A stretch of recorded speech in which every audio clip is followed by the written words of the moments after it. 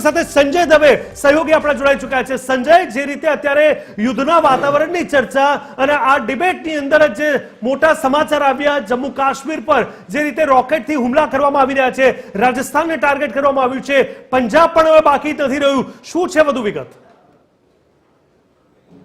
હમણાં જ આજે આખો દિવસ તમામ માધ્યમ ઉપર પાકિસ્તાનના એક સાંસદને રોતા જોયા છે સમગ્ર ભારતની જનતાએ।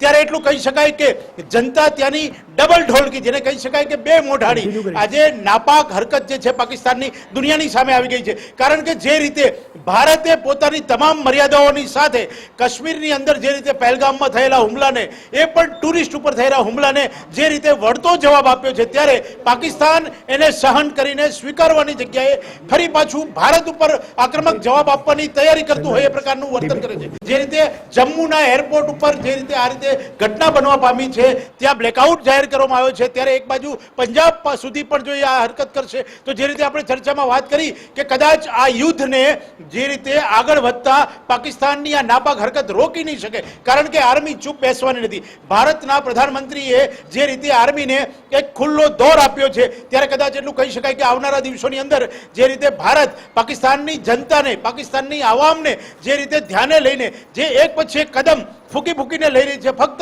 આતંકવાદી ઠેકાણાને જે શોધે છે અને એનો નાશ કરે છે, પણ જ્યારે પાકિસ્તાની પોતે આ રીતે ભારતીય ઉપર હુમલો કરવાની પ્રયાસ કરશે, જે નાપાક થઈ રહ્યો છે, એનો પ્રયત્ન પણ નિષ્ફળ થયેલો છે, ત્યારે આ હરકતને સાંખી લેવામાં નહીં આવે। જીગર, બિલકુલ સંજય, અમારી સામે જે રીતે બતાવી રહ્યા છે કે પાકિસ્તાનની જે મિસાઇલો આપવામાં આવી હતી, એ મિસાઇલોથી જે એટેક કરવાની કોશિશ કરાઈ હતી, એ મિસાઇલોને તોડી પાડવામાં આવી, એ વિડીયોથી સ્પષ્ટ જોઈ શકાય છે। આ તમામ મિસાઇલ્સના દાગ આપ જોઈ શકો છો, જે રીતે હુમલાઓ કરવામાં આવ્યા હતા, પરંતુ ભારતીય સેનાએ આ તમામ પાકિસ્તાની મિસાઇલ્સને તોડી પાડી હતી। હાલ તો આરએસપુરા સેક્ટરમાં બ્લેકઆઉટ છે, સત્તાવારી કેન્ટ ઉપર હુમલાના જે સમાચાર છે, જમ્મુ કાશ્મીરને બાદ કરતા રાજસ્થાન અને પંજાબને ટાર્ગેટ કરવામાં આવ્યું છે, ગુજરાત પણ એમાં હોઈ શકે છે, ગમે ત્યારે ગમે તે સમયે કંઈ પણ થઈ શકે છે। એનો જ ભાગ ગતરોડની એક મોકડ્રીલ હતી, એનો જ ભાગ ગતરોડનું બ્લેકઆઉટ હતું, ઘણા બધા લોકોએ તેમાં ભાગ લીધો હતો અને લોકોને સમજાઈ ગયું હતું કે કોઈ પણ ક્ષણે કંઈ પણ થઈ શકે છે।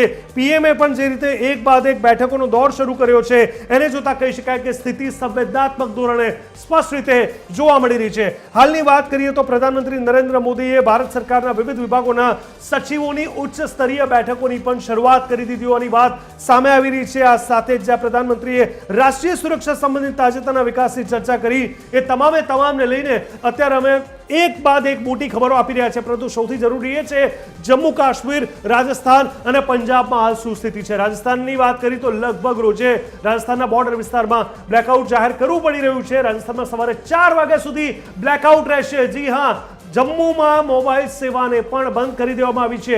અમે જે તમને દ્રશ્યો બતાવી રહ્યા છે, પાકિસ્તાની મિસાઇલને જે રીતે તોડી પાડવામાં આવી છે, પંજાબના ગુરદાસપુરમાં પણ બ્લેકઆઉટ જાહેર કરવામાં આવ્યું છે।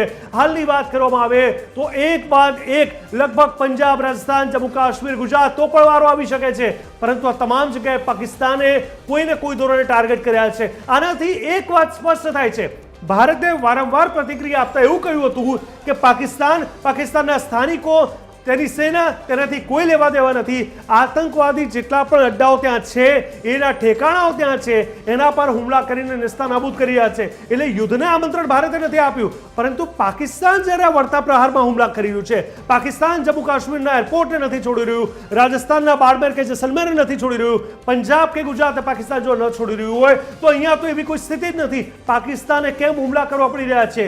યુદ્ધ થઈ નથી રહ્યું, યુદ્ધ કરાવવામાં આવી રહ્યું છે, પરંતુ પાકિસ્તાન નથી સમજી શકતું કે જે સ્થિતિ અત્યારે છે, ભારત અત્યારે કોઈ પણ ધોરણે આ યુદ્ધને લાંબુ ખેંચવાના મૂડમાં નથી। પાકિસ્તાને મોટી એની કિંમત ચૂકવવી પડશે, પરંતુ પાકિસ્તાને જે રીતે ભારત પર જે એક બાદ એક હુમલાની વાત સામે આવી રહી છે, એરપોર્ટ પર જે રીતે રોકેટથી હુમલા કરવાની કોશિશ કરી, સ્થાનિકોમાં સ્વાભાવિક રીતે એક ભયનું વાતાવરણ જોવા મળી રહ્યું છે। પરંતુ આ મિસાઇલ પણ અમે તમને બતાવી રહ્યા છીએ, જે પાકિસ્તાને એટેક કરી અને જે રીતે હુમલાઓ કરવામાં આવ્યા, એ તમામ હુમલાઓની જ્યારે આપણે વાત કરી રહ્યા છે, એ તમામ હુમલાને કેવી રીતે તોડી પાડવામાં આવ્યા। સંજય આપણી સાથે જોડાયેલા છે।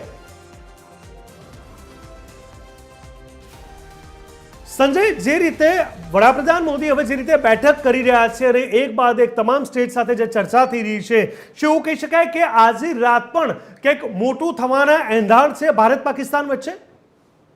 બિલકુલ જીગર, જે રીતે તમે વાત કરી હતી કે આપણે શરૂઆત કરી હતી ફક્ત જવાબ આપવાની, ત્યારે એટલું કહી શકાય છે કે ભારત એક સંસ્કારી દેશ છે, ભારત એક ધાર્મિક દેશ છે, ભારત એક બિન સાંપ્રદાયિક દેશ છે.